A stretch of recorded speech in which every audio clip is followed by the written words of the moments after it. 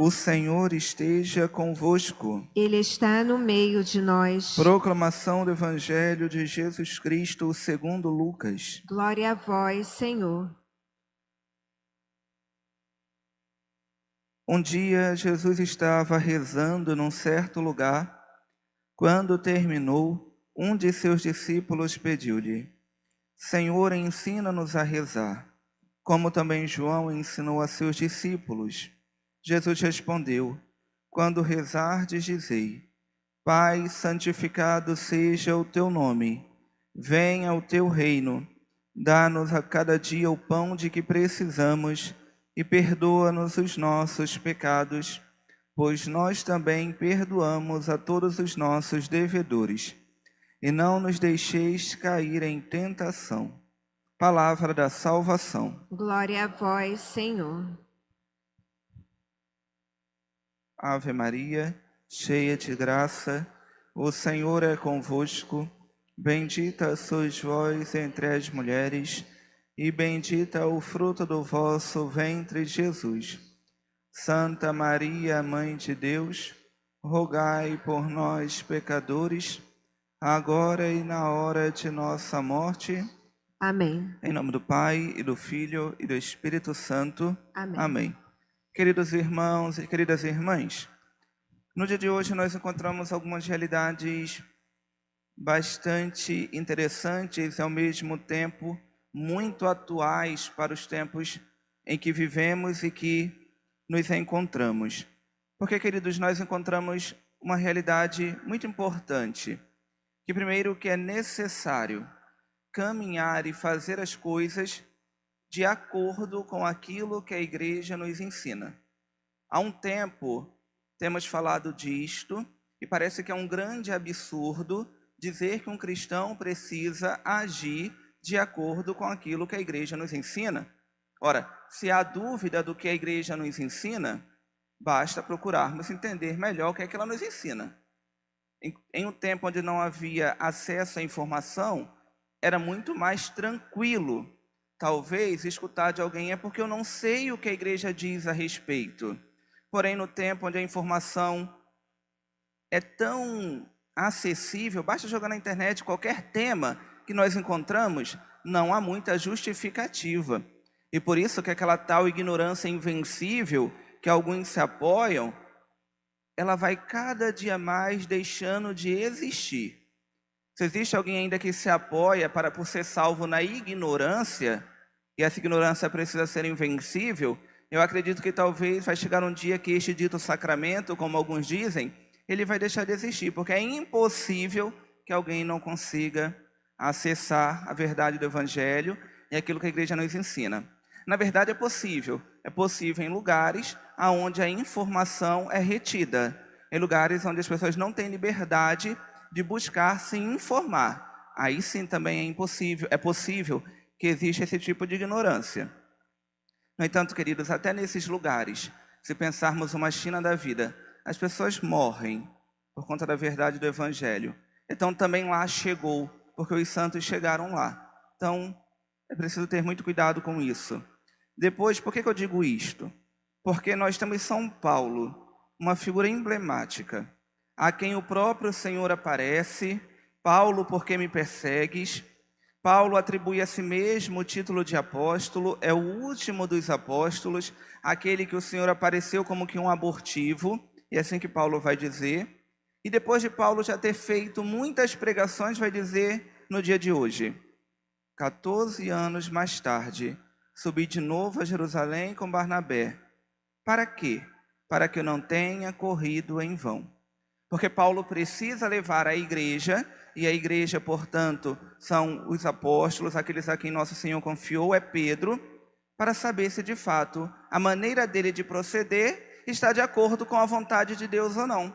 Porque a vontade de Deus a respeito da igreja passa por aquele que é o primeiro entre os apóstolos, que é Pedro. Ora, é necessário estar em comunhão, porque do contrário, faremos as coisas da nossa própria cabeça e podemos errar. Agora, se Paulo, 14 anos depois de ter feito inúmeras conversões, fundado inúmeras comunidades e igrejas, precisa retornar a Pedro para afinar, perceber se ainda está em sintonia com a igreja, como é que nós queremos viver a nossa vida independente da voz da igreja? Independente daquilo que a igreja tem a nos ensinar.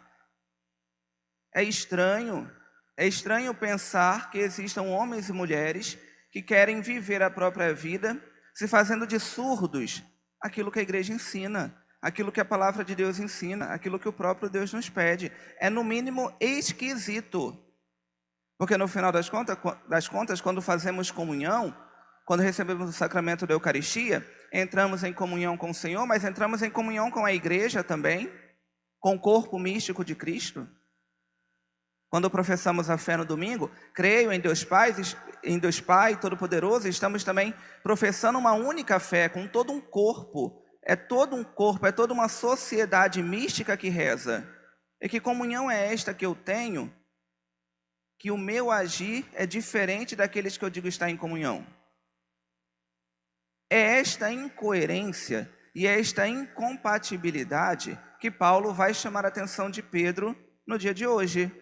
Quando vai dizer, bom, Pedro, aquele que é o primeiro, aquele a quem Deus chamou, a quem o Senhor chamou e disse, confirma os teus irmãos, é o primeiro a ser dissimulado.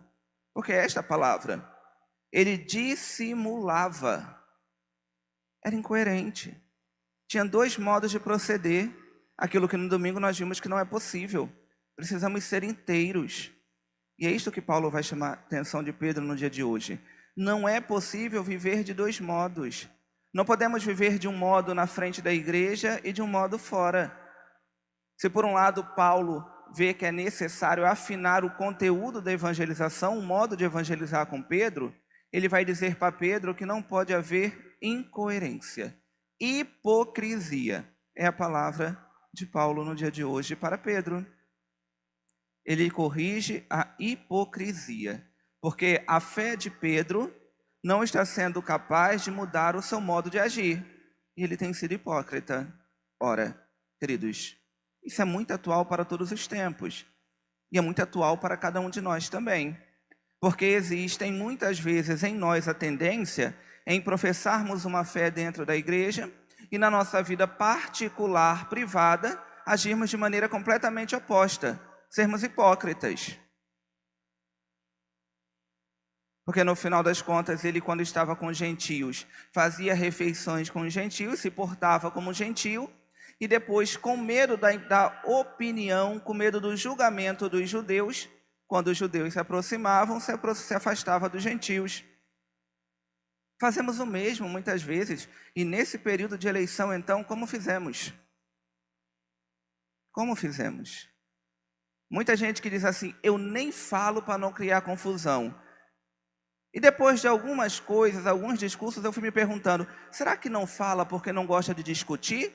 Ou não fala porque é hipócrita? Porque está dentro da igreja, mas quando estiver no segredo, no sigilo, toma uma atitude contrária. Porque lá ninguém vai ver, então lá eu posso fazer escondidinho aquilo, e ninguém vai ver a minha hipocrisia, a minha incoerência. Bom, louvado seja Deus que Ele vê, né? Louvado seja Deus que o Senhor vê tudo. Até aquilo que nós fazemos escondido, o Senhor vê. Louvado seja Deus. Porque no final das contas, queridos, nós precisamos ser coerentes com aquilo que cremos. Ora, porque senão, que oração é essa que nós fazemos a Deus? E assim vou concluindo para não me alongar demais. Pai nosso que estás nos céus, venha a nós o vosso reino. Bom, quando nós rezamos, o primeiro pedido que nós fazemos é o pedido do reino. E o reino de Deus é o lugar onde Ele reina. Bom, se Deus não reina nem na minha vida, se o reinado de nosso Senhor Jesus Cristo não consegue transformar o meu modo de ser, o meu modo de pensar, o meu modo de viver, que oração é essa que eu faço?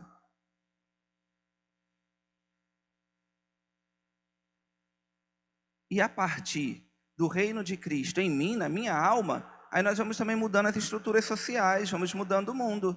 Agora, se eu não permito que o reino de Deus mude a minha vida, eu pouco estou me importando para o reino de Deus social, concordam? não passa de ser um discurso vazio e hipócrita. E o pior é quando justificamos dizendo as pessoas, todas elas são livres. As pessoas têm o direito ou não de querer fazer a vontade de Deus. De fato, as pessoas são livres de querer ou não fazer a vontade de Deus. Mas nós não temos a liberdade de não anunciar. Esta liberdade nós não temos. Se alguém acha que tem, está equivocado. Esta é uma liberdade que nós não temos. O mandato de nosso Senhor Jesus Cristo é: ide por todo mundo e pregar o Evangelho. Não é, olha, se quiser, se estiver afim, se estiver disposto, se você achar que deve. Essa liberdade nós não temos, queridos. E se nós não estamos dispostos a assumir isto, nosso Senhor respeita a nossa liberdade de ir embora. Ué? Não tem cabresto. Se nós não estamos dispostos, Ele respeita a nossa liberdade de ir embora. Agora, nós só não podemos justificar muitas vezes a nossa omissão em suposto respeito à liberdade do outro. Quando, na verdade, nós escutamos também no Evangelho de hoje: a Pedro foi confiado os gentios, os judeus, e a Paulo, os pagãos. E é necessário que Paulo evangelize. E foi para isso que o Senhor o chamou. Bom, é preciso, queridos irmãos e irmãs, mais do que nunca, assumir uma postura. E essa postura é a postura de coerência. Precisamos ser coerentes com aquilo que cremos. Aquilo que nós cremos, a fé que professamos, precisa mudar a nossa vida, o nosso modo de ser, para que, mudando o nosso modo de ser, mude também o nosso modo de nos posicionar frente à realidade. Nos últimos dias é muito triste ver a quantidade de cristãos, que se dizem cristãos pelo menos, mas que são completamente indiferentes para aquilo que a igreja ensina. No final das contas, fazem uma separação muito clara. Até onde eu sou cristão, até onde me convém. Porque naquilo que me compromete, aí não, né? Aí eu tenho a minha consciência que ninguém mexe aqui. É uma pena. É uma pena que vivamos desse modo. Porque no final das contas, qual testemunho nós damos ao mundo? Qual o testemunho que temos dado? No dia de hoje celebramos 2 santos, São Benedito e Santa Faustina, apóstola da misericórdia. Queridos, tenhamos muito cuidado para não abusarmos da misericórdia de Deus. Porque é muito fácil usar o discurso de que Deus é misericordioso. O problema é que corremos o risco de abusar. E abusar da misericórdia de Deus é pecado grave. Abusar da misericórdia de Deus é pecado. E se por um lado aquilo que é misericórdia é também juízo. A misericórdia e o juízo em nosso Senhor são juntos, não há separação. Vivemos um tempo muito marcado por um discurso frouxo, como se a misericórdia de Deus fosse um grande passar a mão na cabeça, e quando a misericórdia de Deus está muito distante disso tudo. Santa Faustina, em determinada passagem do diário, vai dizer que Nosso Senhor ainda só não destruiu o mundo porque existem almas especiais. E enquanto essas almas estiverem no mundo, Ele continuará derramando a sua misericórdia sobre o mundo.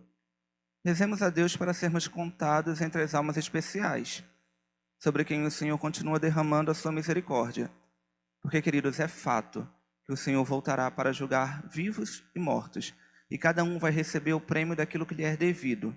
Aqueles que foram coerentes com a verdade do Evangelho, que foram justos, viverão, porque o justo vive por sua fé, como escutamos na primeira leitura no domingo. E aqueles que erraram, aqueles que forem incoerentes, morrerão, como escutamos também na primeira leitura de domingo.